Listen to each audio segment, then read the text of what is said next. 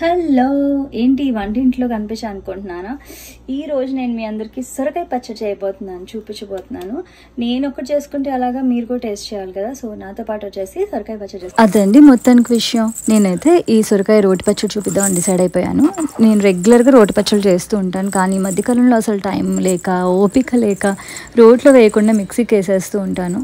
కానీ ఇలాంటి సొరకాయ, బీరకాయ, గోంగూర ఇలాంటివన్నీ కూడా మనం రోట్లో దంచుకున్నట్టు అయితే బద్దలు కరెక్ట్గా కచ్చపచ్చగా మెదుగుతాయి. లేకపోతే ఏంటంటే నుజ్జు నుజ్జు అయిపోయి ముద్దపప్పులాగా తయారవుతుంది.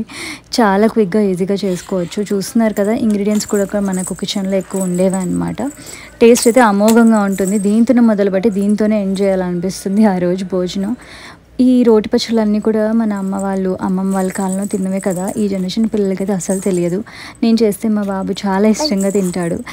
ఎస్పెషల్లీ వీళ్ళు ఇలా సమ్మర్లో హాలిడేస్కి పిల్లలు ఇలా ఇంట్లో ఉన్నప్పుడు చేస్తే తృప్తిగా తింటారు అనిపిస్తూ ఉంటుంది. ఎంచక్క అలా వంట చేస్తూ పక్కన పిల్లల్ని కూర్చోబెట్టుకుని కబుర్లు చెప్పుకుంటూ కూడా చేసుకోవచ్చు అనమాట. ఇక్కడ పాప చేతులు పెట్టేస్తుందని చెప్పి అదే పనిగా మా వారిని పిలిచి మరీ పంపించాను. అండ్ దీనిలో చేసిన టేస్ట్ ఖచ్చితంగా మనకు మిక్సీది అయితే అస్సలు రాదు, ట్రస్ట్ మీ. ఒకవేళ ఈ మెథడ్లో కనుక మీరు సొరకాయ రోటి పచ్చడి ట్రై చేసి ఉండకపోతే ఒకసారి ట్రై చేయండి. ఇంతకీ ఆ రోల్ ఎక్కడి నుంచి తెప్పించుకుని అడుగుతారేమో. ఒకవేళ మీకు కావాలి అంటే చెప్పండి, మెసేజ్ చేయండి, నేను లింక్ షేర్ చేస్తాను.